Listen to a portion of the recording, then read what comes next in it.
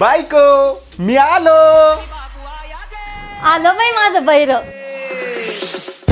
झालं फिरून. सगळेजण विचारत होते कुठे गेला तुझा नवरा, कुठे गेला तुझा नवरा. भावरा? कोणता भावरा ग? भावरा नाही बैऱ्या, नवरा. Husband husband. हा बेंड बेंड.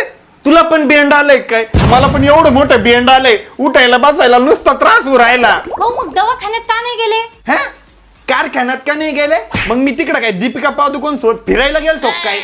ती दीपिका पादुकोण जर तुमच्या सोबत फिरायला आली ना तर ती तुमच्याकडे पाठ करून पादुकून निघून जाईल.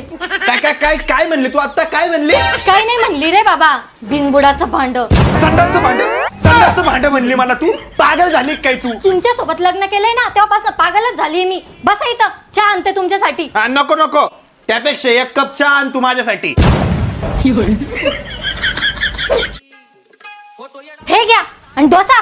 हा सांबर सोबत चांगला लागेल. काय डोसा? तूच म्हणली ना डोसा केलाय, सांबर सोबत लय भार लागतो.